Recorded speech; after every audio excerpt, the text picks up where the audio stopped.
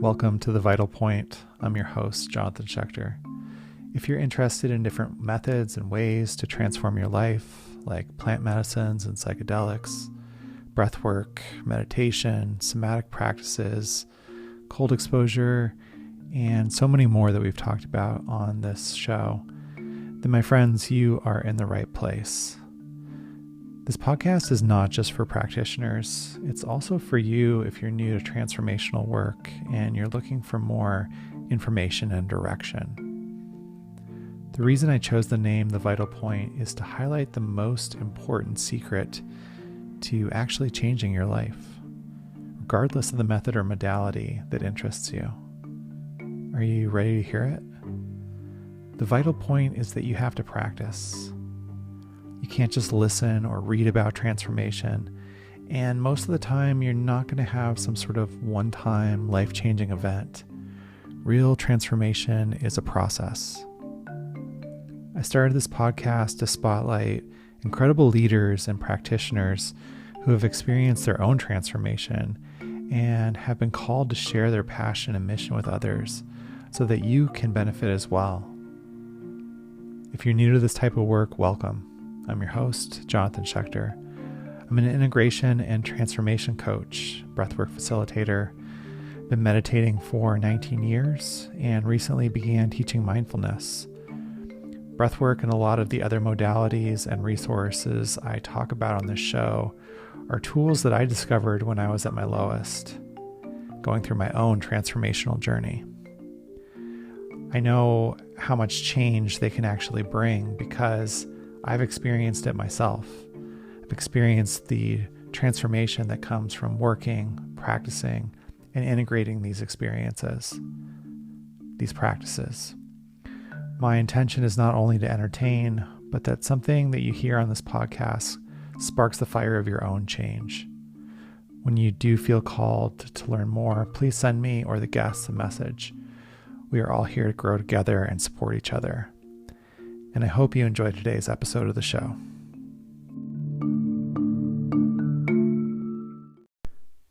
Journaling is one of the most powerful ways to integrate your work with psychedelics and really any change that you're trying to make in your life. I recently found this out for myself on a retreat during a journaling activity.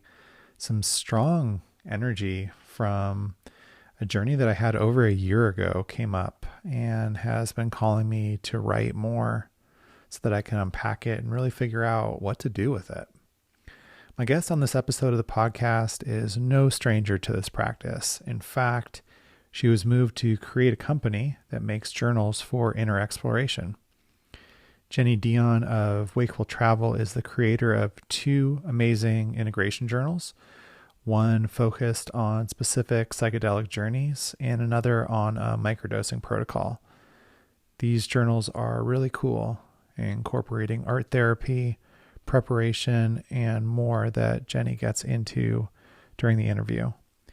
We also talk about working with challenging experiences, the power of intention and consistency in your practice, different integration ideas in addition to journaling, the magic of 5-MeO, set and setting recommendations, and future psychedelic journals that Jenny has in the works. So I hope you enjoy this episode.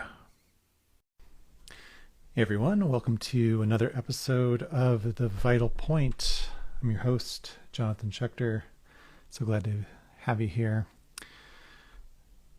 Just give me a second to get my guest for today.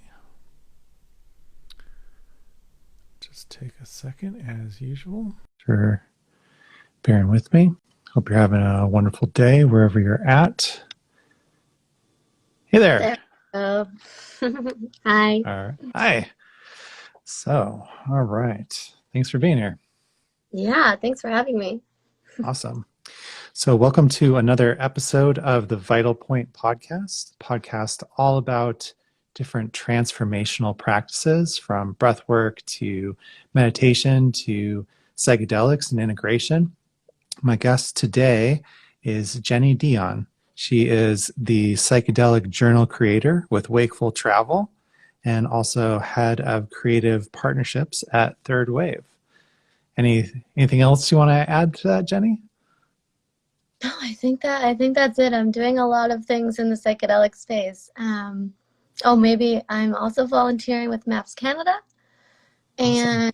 and Microdose HQ. They just announced that they chose me for the chapter head in Vancouver, which is exciting. So I'll be putting on events in the city. Awesome. Congratulations on that. Microdose X. Yeah, thank you. That's very cool.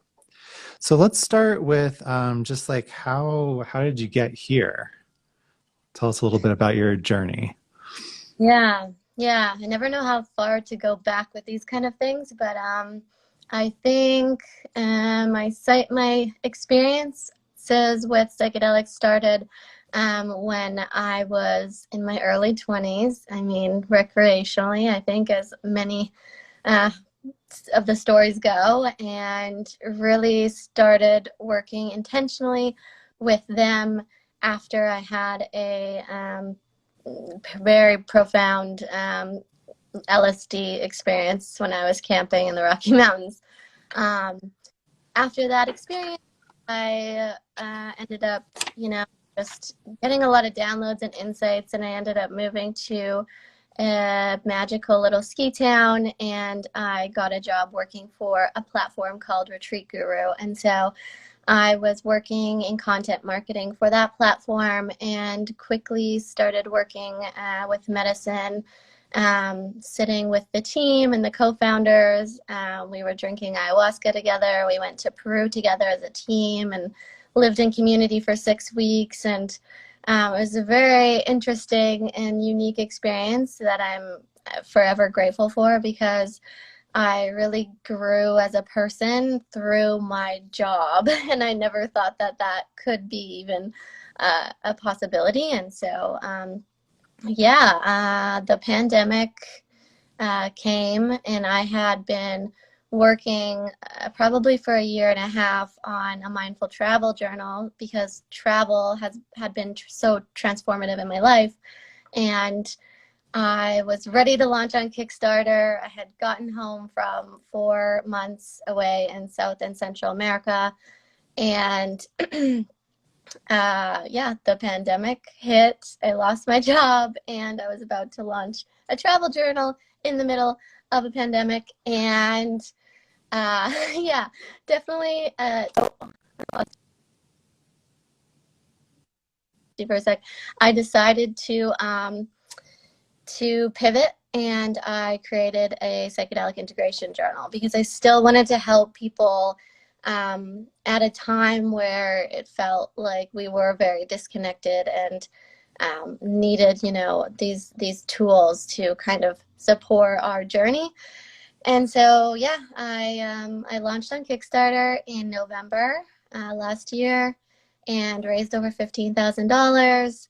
Had over I think 155 backers, and sold over 300 journals. And now with the microdosing journal and the integration journal, those will be here at the end of July, maybe early August. So I'm really excited to be providing these tools of transformation to the people that need it, and offer, accessible tools that can help reflect our wisdom back towards us when we work with these medicines. Awesome. Yeah, that's a really cool story. And I was curious about that myself, because when we met, like I think maybe it was before the pandemic, I think, or right before that, you and we were talking about what we're doing, and you were working on your travel journal. And so I was really excited when I started to see you post about like, oh, I'm developing this integration journal. And, I was just really curious about that. I was like, oh, okay, cool. Like, how did you go from one to the other? So that totally makes sense. I mean, it's a little bit difficult to travel within the last couple of years. Mm-hmm. But good for you for like continuing to just manifest, your passions and where you feel you can be of service to people as well. Thank you. Yeah. Yeah. I mean, it's been a journey, but like now I see it as a blessing and I wouldn't have it any other way because I'm, yeah, super stoked on the direction that this all took me. And yeah, so thanks. Hmm. Yeah. So, so tell us a little bit about the journals. Mhm. So you have one that's focused on specifically on like a single journey or like a single dose. Is that what it is? Or Right. tell us, I Yeah. guess you could tell me more. Yeah. Yeah. So there are three journals. So the first one's the original journal, which is for external travel, and that's the one that you were saying is, yeah, just it has 12 different trips, and trips I mean adventures, not actual psychedelic experiences. So that's for more so backpacking and worldwide or staycations. And then the next journal I created was the Wakeful Integration Journal, and that one is for macrodose experiences, and there's actually four journeys in there. So there's one longer experience, which would be maybe for like more of a retreat or somewhere where you're going to travel a bit further. So it pulls in some of the travel templates in there, like packing lists and whatnot. And then there are three shorter experiences. So that could be 1 to 4 night experiences, a weekend, retreat, or 1 or 2 ceremonies like that. And then there's the microdosing journal. So that one is across a 6 week protocol. And it really, you tune into where you would like to go and who you would like to be. And there's like a lot of envisioning practices. And then just reflecting every morning. You have like a couple pages to um, fill out different prompts. And then in the evening, you can go back to your journal. And so it's really like I see microdosing and journaling both as practices. So it's really helping you develop that practice, helping you tune into your thoughts and your patterns, and making those like small micro changes to make ultimately like lasting change in your life. Yeah. So just to back up for 1 second, just in case people are like new to some of the terms that we're using, how would you describe integration and psychedelic integration? Yeah, so for me, integration is taking the lessons or the insights that you learned in a psychedelic experience or through a microdosing protocol, and then actually taking steps to make lasting change in your life. So, lots of times you'll have this experience and then you're like, okay, I don't really know what to do with that. Like, I know I'm meant to like be out in nature and to journal and to, maybe have a coach or somebody to talk to or community, all of those. It's like taking those action steps to then really make the changes that you ultimately want to do. And so without integration, you might not see the change, and you might go into another ceremony and then be presented with the exact same lesson, or same with things that happen in our life. You might go through the patterns and the cycles continuously until you break that. And so that's what I think integration means to me. Awesome. Yeah. And so you mentioned like having a practice, some sort of intentional action that you're doing with the journaling. And that's like a really powerful way of creating change in a lot of different areas of your life, right? Not just with psychedelic work, but like you said, without intentional action, without like making some effort to really work on processing and trying to figure out what these messages and these downloads that we receive when we're in such an expanded state of consciousness, Yeah. without sort of looking deeper at that, we lose a lot of it. We can forget a lot of those things, and That too. Yeah, for sure. yeah, Especially those experience, right? yeah. I think the more cosmic or the bigger the experience, Hmm. that's always what I say. Like the bigger the experience, the more time we actually have to spend integrating it. because Mhm. it is something that's not close to where we're at necessarily. You know, when we have these like bigger visions or downloads, sometimes that's why they're so intense. Is like, whoa, there's so much here to unpack. Yeah. And, you know, so it sounds like by using the journaling process, you're able to systematically unpack it and continue to Mhm. work on it in a, you know, in a really healthy way. Yeah, yeah, it really does act as a reminder, to you can continue to go back and it's almost like an accountability buddy, but your own your medicine, right? So Hmm. you're getting these downloads from ultimately your higher self and the medicine working with you, and then you're reflecting that onto paper and it can be a mirror back towards you, reminding you to, you know, continue on this process, to track your progress, to remember and tune in and like, yeah, remember your wholeness. So that's kind of, yeah, that's how I see it. And it just helps to bring your awareness further so that you can continue growing. And this path is always, we're always learning, we're always healing. So yeah. Yeah, and I love that. Like, you know, within like the context of Buddhism, and I don't mean that in like a religious way. I don't really believe that Buddhism is a religion as much as it is like a sort of a framework and a protocol that you can follow for certain things. And within Buddhism, um, like say when you sit down to meditate or you do something altruistic, it's not enough to just do that thing. There's actually like three things that you're supposed to do. The first one is setting an intention. So you're like bringing your energy and your focus to like, okay, this is what I want to do and this is why I'm doing it. And then there's Mhm. the actual action itself. And then at the end of the action, you dedicate like whatever energy, you know, and whatever good karma, let's say you accumulated with that action towards your intention. So you're like kind of bringing that intention full circle. And Yeah. it sounds like the journaling process within psychedelic work is really like really completing that circuit as well, because like you said, you're being accountable to yourself. You're bringing that work and that intention that you sat with and that you had for your actual medicine work itself, like back into your daily life again and again, through a process and continuing to like develop it.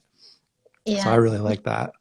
Exactly. I like the way that you described that. And I think that with people that come in and are new to journeying, it can be like there's a lot of information on the internet and it can be confusing on what you're supposed to and what you're Mm. not supposed to do. And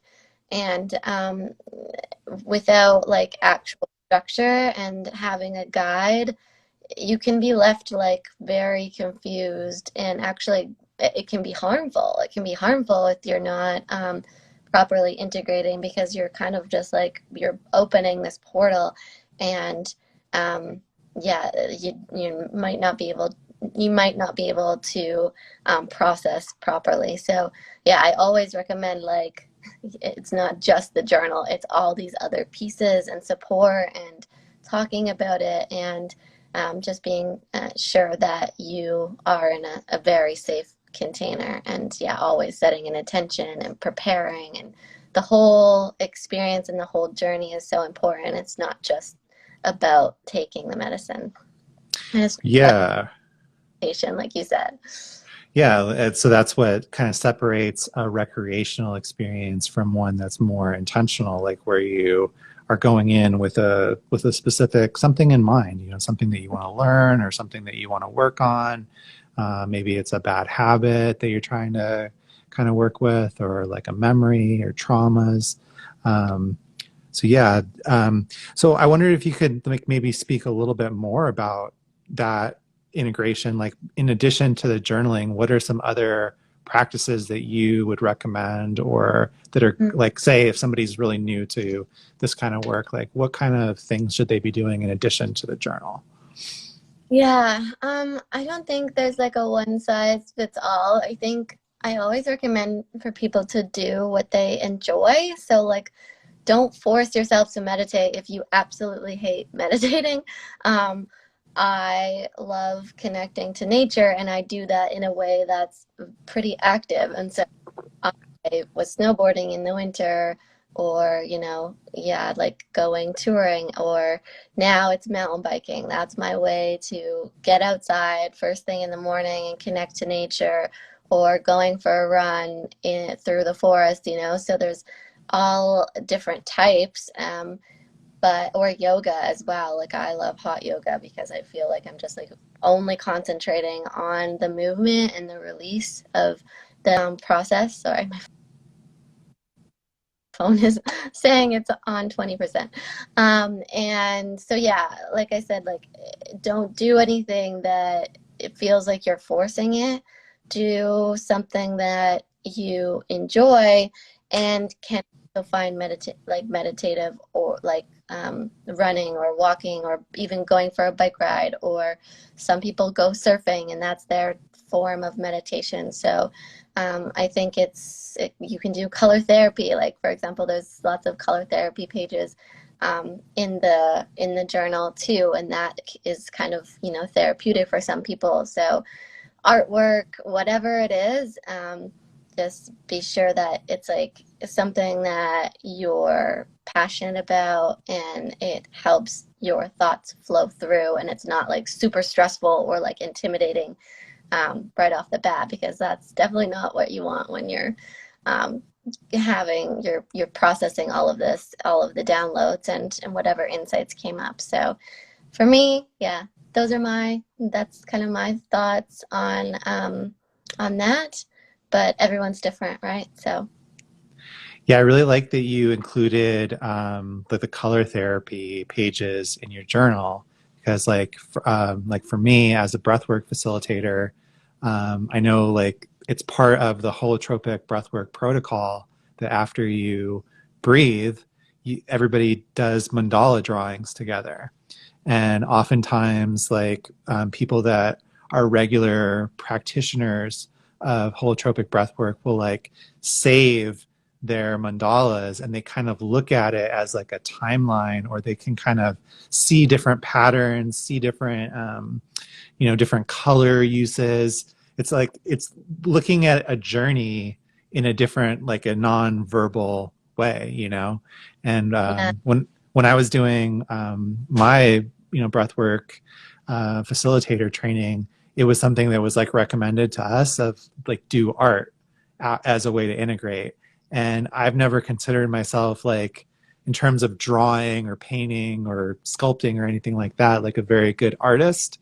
But mm, I really found like the process to be um, really insightful because like it took me out of that thinking mind of like, oh, I need to like figure out, I just had this really expansive experience that basically yeah, is like a psychedelic, but instead of sitting there and trying to like figure it out, it put me into like that other side of the brain where I was kind of in this flow state, and then all of a sudden like insights would pop up, or I would remember things that happened during my journey.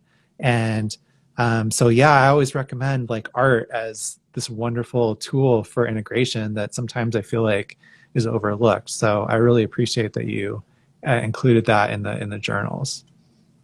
totally. Yeah. And too, like if that doesn't resonate with people, then it's still just beautiful to look at. It's still there, and it weaves in um the sustainability piece of the medicines. Like the artwork in it is certainly just part of the whole brand. And yeah, I love that you were just like, I am not an artist, but I'm just gonna go go for it and challenge it. And as long as you're not like attached to it being perfect, and like seeing it as like an exploratory and fun way, then that's amazing. Yeah, and there's something really valuable to having that outlook that you just mentioned, of like, I don't have to be attached to this. It doesn't have to be perfect. I can just I can have fun. I can play. I can be open. And Yeah, I don't know about you, like that's something definitely that I feel like I've gotten out of my psychedelic work is like do more of that, you know, like have more fun. Don't be so Yeah. serious. Like this isn't like we're not here to like seriously stress out about life. Like this is kind of a game, you know? And yeah, there's serious parts of it sometimes, but like the more that you can have that like playful attitude, I think, Yeah, the better your life is going to be. for sure. I'm just gonna go off video one sec because I apparently lost my charger, so I'm gonna go off video, but I will speak to that.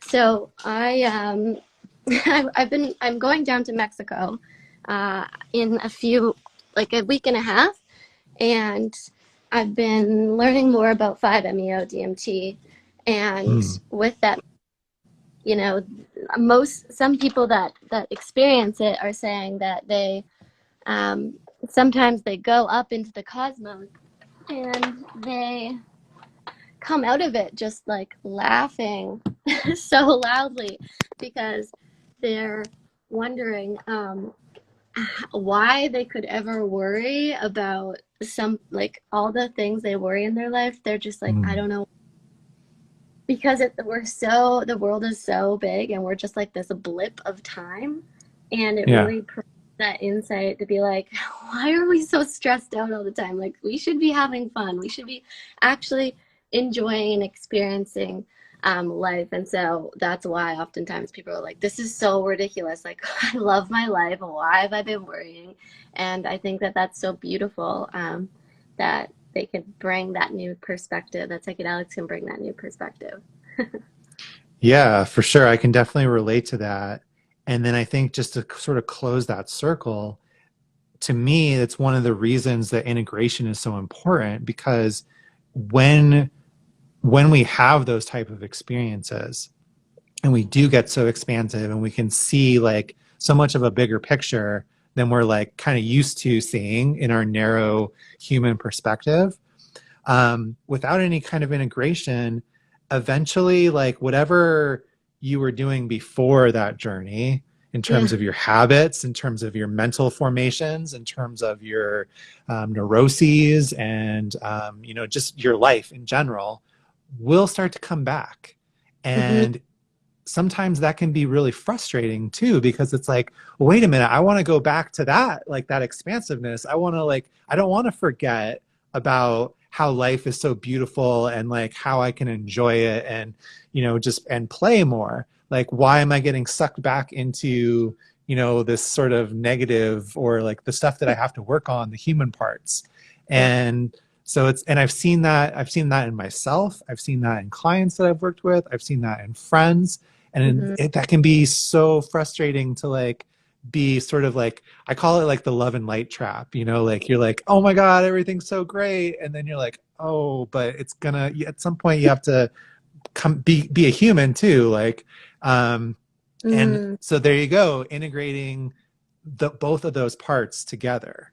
And Yeah. like without integration, it can be really frustrating because Hmm. eventually like you're going to have a negative thought again, or your mom's going to call you and you're going to get angry about it, or someone's going to cut you off in traffic, or you know. Yeah. So Yeah. you know, that to me is like one of the reasons that integration is such an important thing to practice so that we can really have those things be aligned and a part of our life. Because you're right, like 5-MeO for sure is definitely one that's like it pulls the veil away in a very unique way.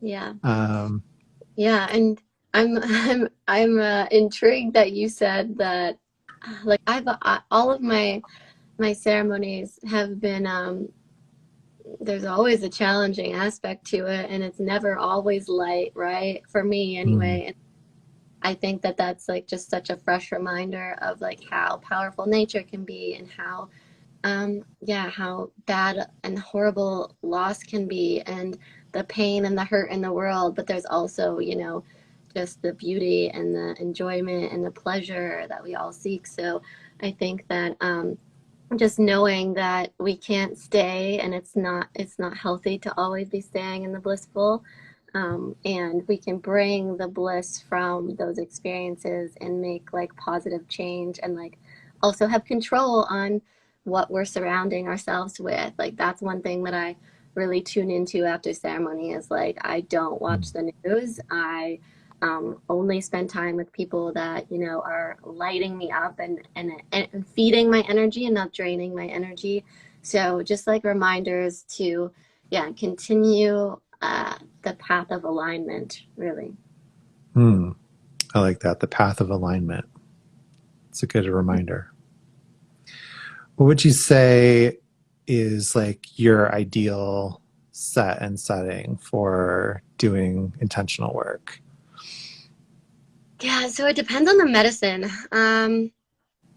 If I'm solo journeying at home, which I don't recommend everyone do unless you have experience, but I have about 75 houseplants. You can probably like see a bunch of them around me. So I like to bring a lot more plants into my room and like so I like I'm kind of surrounded in a jungle. And I always make sure to, eat a clean diet before, and I will run like a bath before and just like calm my nervous system. I light candles and incense, and yeah, I think always having a good playlist on Spotify. I'm in the middle of curating a bunch of different playlists that I can send over to you too if that's something your audience would be interested in. I have like a yoga playlist and some medicine playlists. Um, but yeah, just making sure that you feel safe and super comfortable. So like lots of pillows, lots of blankets, making sure that you have water accessible, like all things that you need beside you, making sure that you measure your medicine for sure and not just being like, I'm just gonna grab a handful because I know some people that do that and I'm like, oh God, that would be like my worst nightmare. And yeah, just the music and being comfortable are the biggest things for me. And being sure that like I tell someone as well if I'm by myself, I'll make Hmm. sure that um, like let someone know that they'll be hearing from me at this time. It's just kind of like when you're going out in the backcountry, like you want to make sure that if anything happens, you do have someone that knows what's going on and yeah, can reach out to.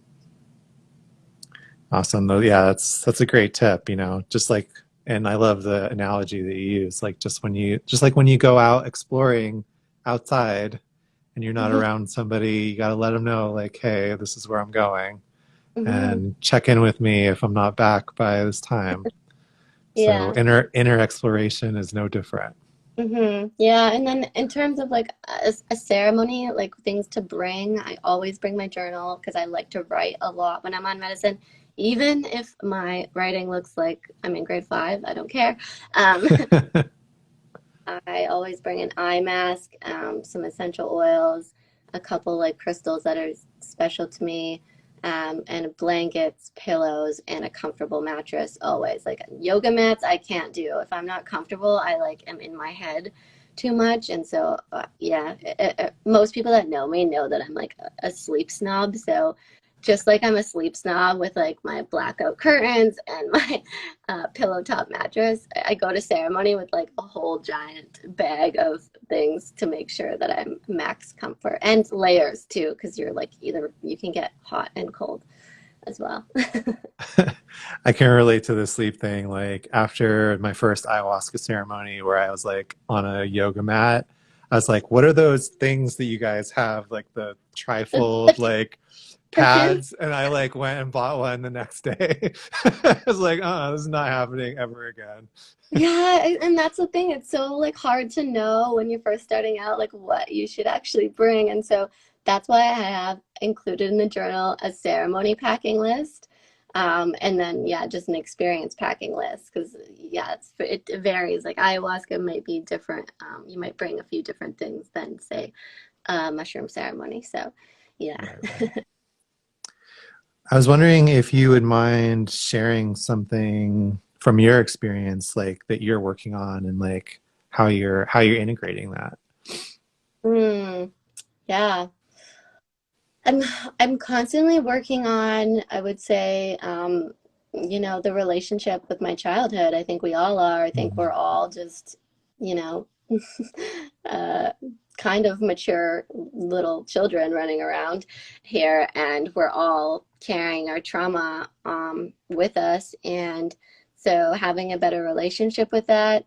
My parents divorced when I was really young, and we moved around a lot, and that definitely had an effect on me. It wasn't like an easy breakup with them, and so I kind of felt like I was in the middle, and um, yeah, just not really understanding what was happening. And I think that like definitely fed into some of the anxiety I had, yeah, afterward. And for me, I wouldn't say I've ever had like a really strong, powerful, like miracle happen to me in ceremony. So with ayahuasca, I've said several times now, and they've all been very physical usually.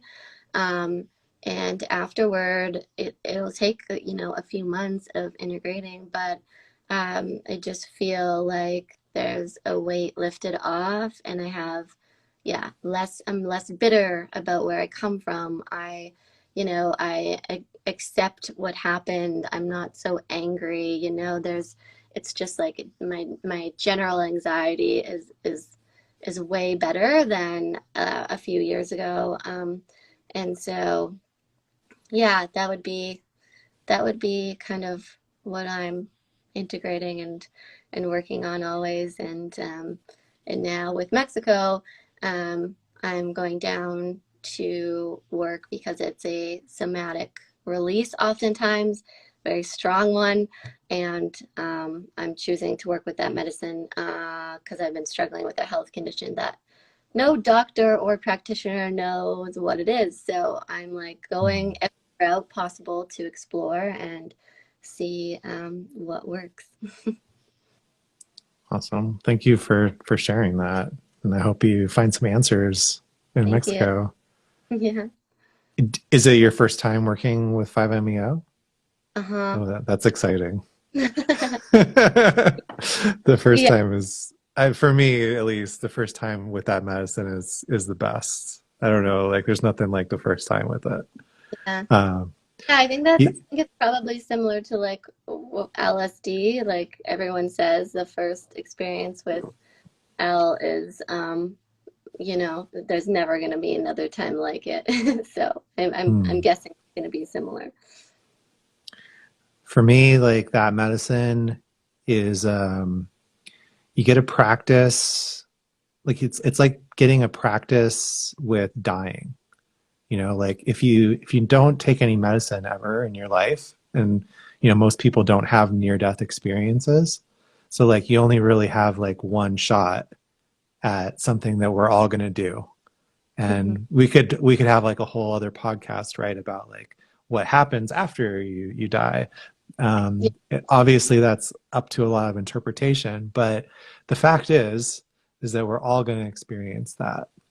And Hmm. like for me and for a lot of other people that I've talked to, like there's a lot of similarities between different books, different like texts, like the Tibetan Book of the Dead that like is like a handbook for like how to die consciously and like in the best way, and the 5-MeO experience. Like Mm. Timothy Leary and Ram Dass like actually wrote like an interpretation of the Tibetan Book of the Dead as as a way to like experience and like sort of have a framework around psychedelics. I Yeah. don't think it was specifically 5-MeO, but like to me, it's like there's stuff in that book that was exactly like my 5-MeO experience. And so, in my opinion, it's like it's a beautiful gift to experience that, because like if you only get one shot at doing something, you hopefully you're going to do it right. And so like to be able to have some practice at it and like Yeah. sort of get a taste for it, and like you said earlier, like come back and like be like, oh wait, like maybe this wasn't worth stressing out about, like maybe that thing that felt so overwhelming, like when you pull the lens back far enough, you get that bigger Mm. perspective. It's like, oh wait, this isn't such a big deal after all. Hmm. So I'm really excited for you to have that experience. Yeah, thank you. I just had my first preparation session today and had to answer the question of what my relationship was to death. I'm like, that's a hard question. Yeah, Um, I'm really looking forward to it. I'll have to connect with you after the experience. awesome. Yeah, and I love, everything that we've been talking about today. Like one of the things that you said at the beginning, I really appreciate is like that everything happens for a reason. Sometimes we can't see that, like when it's happening to us, and like personally, like I find that process and that journey to like find the meaning and why things happened is very personal. It's Mm, not something that is for me to tell you or anybody else, like, oh, that happened for a reason, because that can be very like triggering and sort of like dismissive of people's experience and their trauma and, just their life. But that being said, I also find that it's like a super beautiful experience when we do find the meaning in something, especially if it was something that was difficult or challenging, or overwhelming at the time. And, having an integration practice is like a really powerful way to bring and transform those challenges and those things that, like, why did that happen, or like, god, mm, that seems so overwhelming, to like be able to process it and to be able to like understand in a deeper way, the meaning for it. I've yeah. been telling this story a lot recently, but like I found a I found a journal, an integration journal that I was keeping from like 2018, and it was, from this one of like the most powerful mushroom journeys that I've had, like in terms of not only just the actual like trip itself, but like the insights and downloads and like things that it left me with.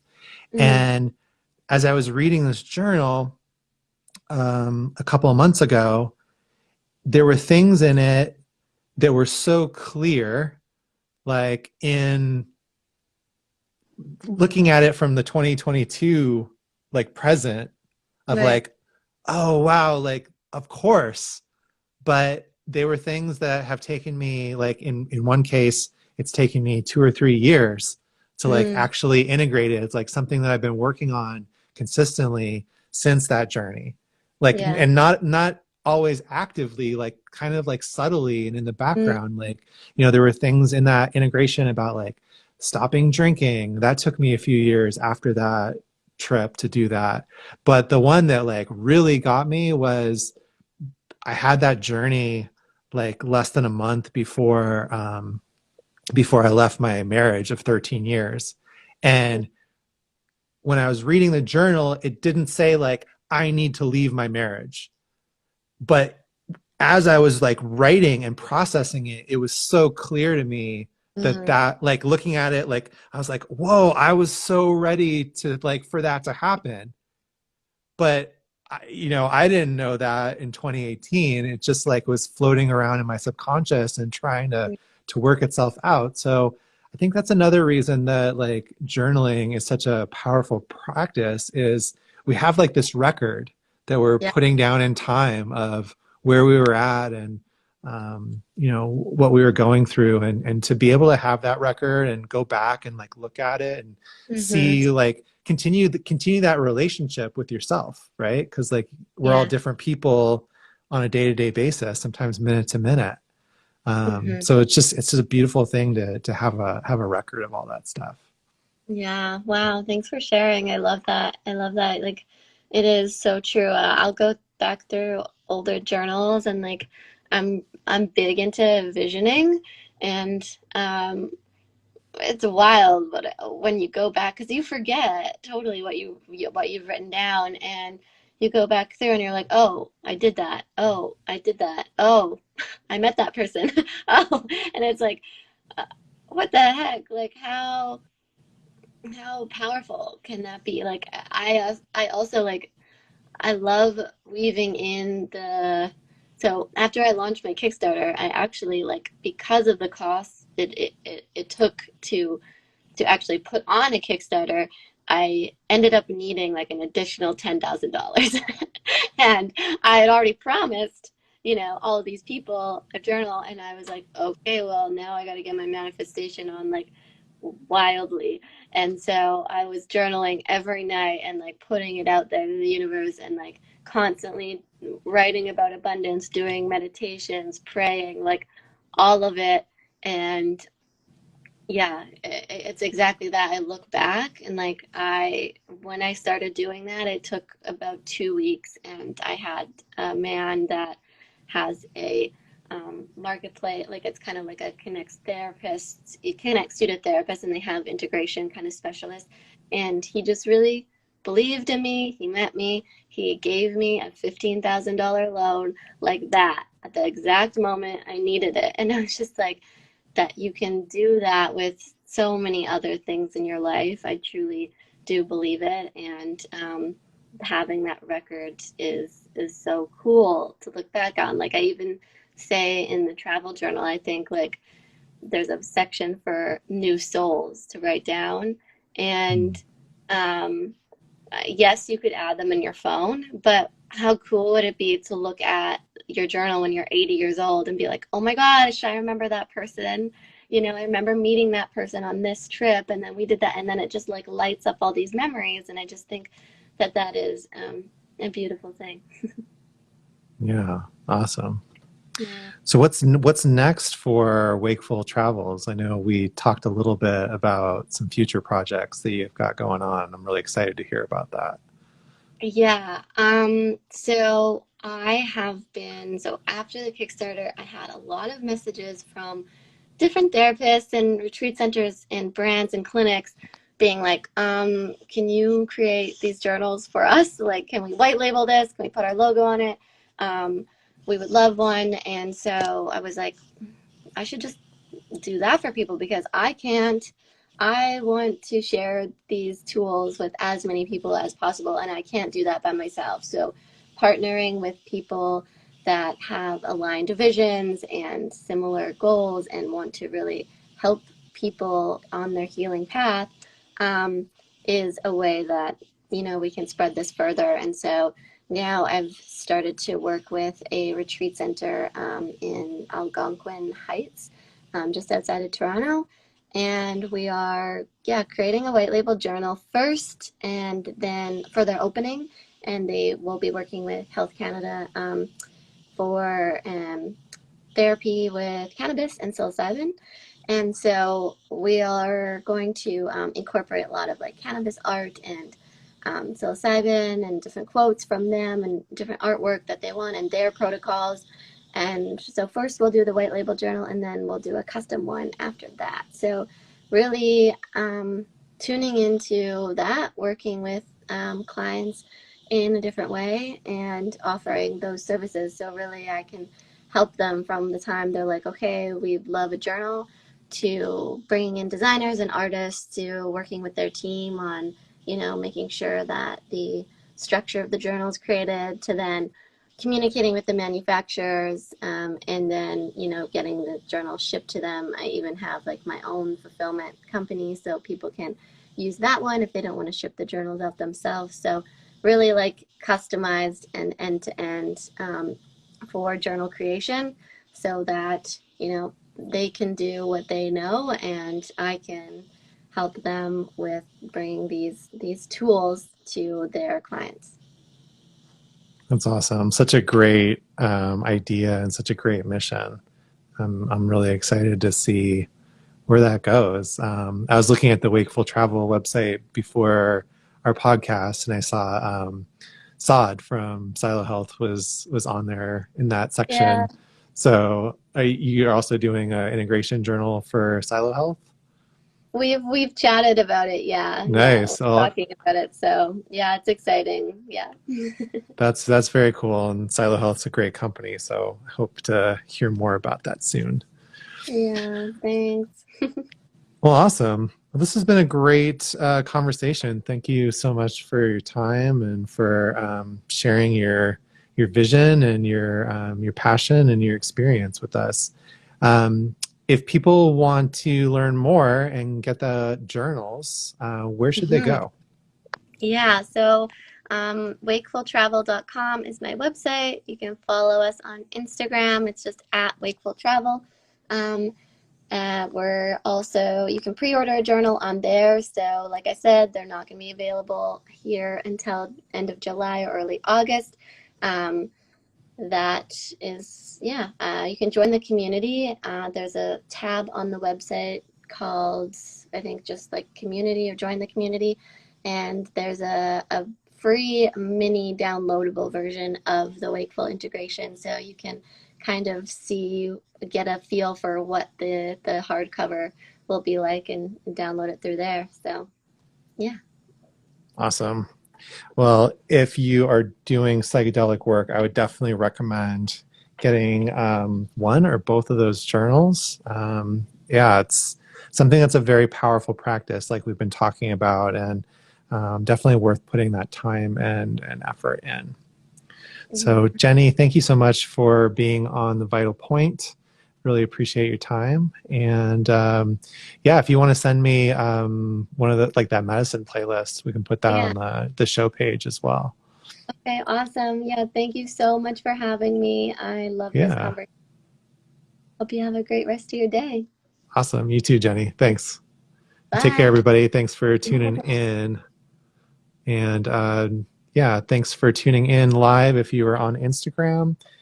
If you're listening to the podcast on Spotify, Apple, Google, would appreciate it if you can leave a review, subscribe, share it with your friends. Definitely just helps to get the word out on these transformational practices and wonderful practitioners like Jenny and Wakeful Travel. So hope you guys can subscribe and follow the podcast, and hope to see you again in the future. Thanks, everyone. Thank you.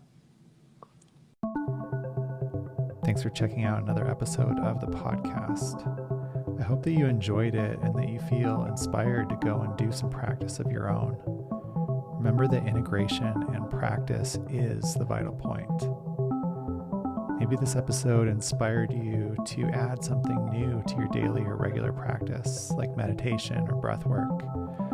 Or you're ready to take that ice bath that you've been dreading, but you know is going to be really good for you. Maybe you're curious to something that you've been called to try, like working with a new teacher or facilitator, or working with psychedelic or plant medicine in whatever way is safe and legal for you where you live. Please reach out to me or to the guest through the links on the show page to learn more about what we talked about on this episode. Subscribe to the podcast and please leave us a review, which really helps the show, makes it visible to more people. And if you're finding the show valuable, please share it with a friend that would also be interested, and share it on your social media. Follow me at Blue Magic Alchemy on Instagram. That's all one word. And if you're interested in learning more about breathwork, or you'd like support with self-development and transformational practice, reach out to me at bluemagicalchemy@gmail.com or Instagram to set up a discovery call for individual coaching sessions and my 6-month transformational coaching container. Until next time, be well, keep practicing, because that's the vital point. Be well, my friends.